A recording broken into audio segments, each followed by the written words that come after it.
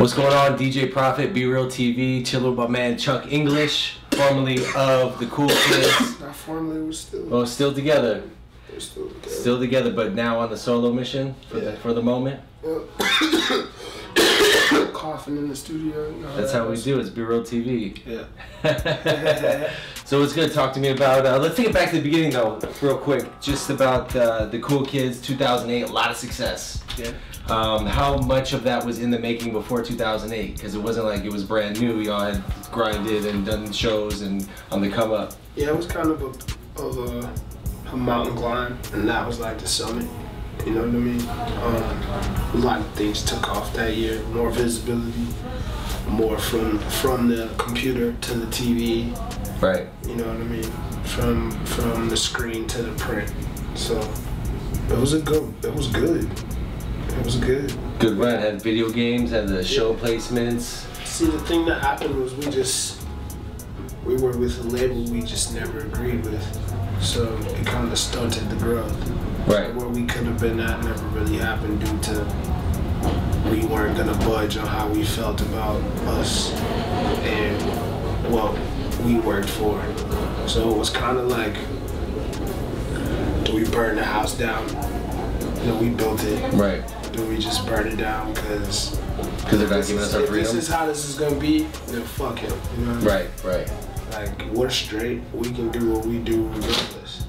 So at the end of the day, that's more of the truth than anything else. We had something. Somebody else got their hands on it. They were a little greedy with the situation. Right. Which happens in the label game. It ended up making me and Mikey uncomfortable with a lot of just where we at status wise and like how much money we were missing and just really whack shit. So me and him being as cool as we are with each other, just like, we want this to be fun. Right. So if this ain't how to do it, then this is probably how to do it. And let's do it again when we got full control. Right. So independent. So now you're. This is more of like, yeah, a solo independent project outside of a label. Well, it's like me and him came up with the Cool Kids with no one else around. Right. Through the success of it, there's a lot of people telling you when to and how to do stuff and where you should do it. When money gets involved, they feel like they have control. Well, when you get to a certain level of stuff, people that have gotten you there or believe they've gotten you there don't want you to do things underneath that. And I agree, but there's some times where you should just do shit. You know what I'm saying? It should be just you guys' decision. So this is one of those exercising our freedoms. So he wants to make his music. Right. I want to make mine. That's exercising our group freedom. You know what I mean? Can't nobody tell us that we can't do that. So we're doing that instead of trying to bump heads at a time when that probably will happen because there's so many different cooks in the kitchen. Not even just music-wise. Music-wise, we were always there, but how to do things, how to put it out when you kind of have all of these red tapes attached to you. And who will work with you and who won't. Because people don't know that, like, there's a lot of people that just would not do anything with us because of our situation. It was that toxic of a label situation. I've seen that happen before where you can't get collabos because people don't want to do business. Yeah, with the person that's running your business. Right. Yeah. We're not even just running ours, just that, you know, has who they have to pay half to. Right. You know what I mean? Yeah. So that's more or less what happened. And so do you feel, are you guys waiting out the deal? Like, is there something that you have, the timeline of a contract that you're waiting on? Well, no, not waiting on, but like, waiting for? See what we can do on our own for now. Yeah. And I have him on one of my biggest songs for my full-length album. I produced like almost on every single one of his solo joints. It'll always be like that. Nice. Well, it's nice to know that it's not beef within the crew.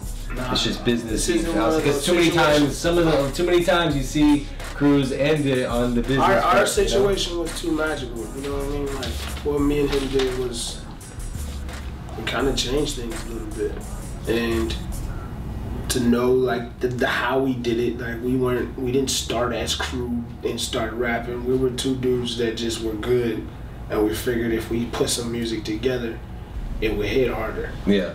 And it hit hard. There was no struggle. Like we just popped. Like it was just it popped. Yeah. So I'm just one of those guys that I'm very responsible with like my partnerships and friendships. You know what I'm saying? Yeah. I don't let anything get above. You don't let popular opinion get above, you know what I'm saying, what the person I'm working with says. So it don't matter what you think I did, I'm gonna ask him first. You know what I mean? Yeah. I just know how to play fair. So I think in that type of situation, that's why we're at where we're at now. And we can do this shit. It's still cool. You know what I'm saying? And now people can step back and see and take a look at what we really, really did and how dope that shit really was and how dope the shit we're doing now is. So well, let's talk about it now. You got the new project. I got Drop Tops EP was kind of like a, I don't want to say free sample, but like a maxi single of what the album is like. It's like, it has no songs from the album. It's just what I was feeling right now to kind of like lead you into where we're going. So I did that. I'm really like into that. I really liked how I did that because it was very instant and kind of passionate. Like I did it in a very concentrated like month's time. Yeah. To lead up to the full-length album, which I've pretty much made for the past 2.5 years since I moved out to California. I started working on this album, which is just what my late 20s, just straight up late 20s, whatever. What your experience has been? Yeah. I've been into some shit, man. So it's like I met a ton of people, I've done a lot of things. I've always been open to life in general. So I'm like recording it like sonically. It's like documenting that. I don't really do it lyrically, but the sounds of it is like things I've picked up and how I see things now. Yeah. How I feel like the perfect album for me to stumble upon right now that would hit me perfectly would be, what would that sound like? And I'm not like everybody, so I know I can't hit every single person. Right. But I know that I got a lot of different friends, so I'm like a common denominator. So if that's the case, then something that'd be perfect for me might hit a lot of motherfuckers. So I'm hoping. Because your friends have versatility. Your friends are versatile. They ain't all the same type of person. Right. So I know that a lot of the albums I'm in love with, different walks of life love those same albums that look like different people that are from different, you know, caste systems, all that type of situations. Right. All those different like spreads and subcultures and boxes that people want to put other people in. I know someone in all of those, and there's always a common denominator.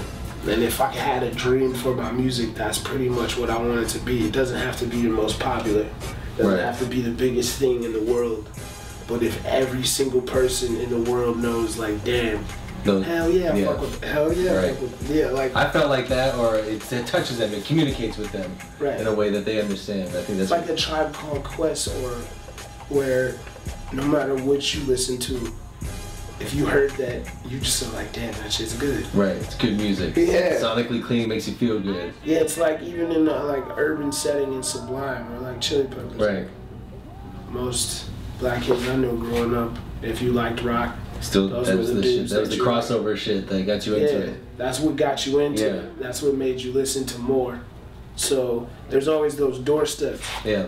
And I was kind of like, I kind of dig over those that doorstep, those genre bending doorsteps where you step into this one and you're like, who's that?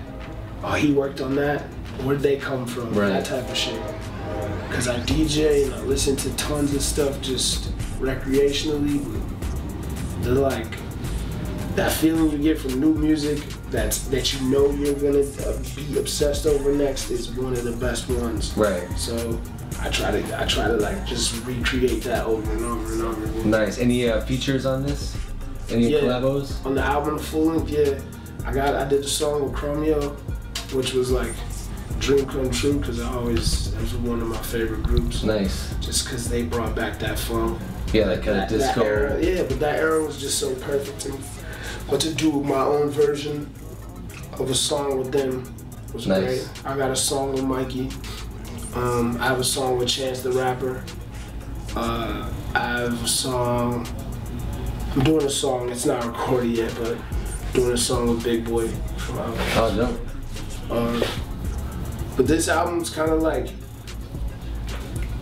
my flex on production a little bit and songwriting in like kind of like a storytelling situation, because it's not as much, you know, rap and cool shit like it is on Drop Tops. The shit that you just want to hear when you were listening to rap, like you just want to hear somebody rap to dope beats. This one is more of it's more like a trippy journey a little bit. Nice. So I narrate it.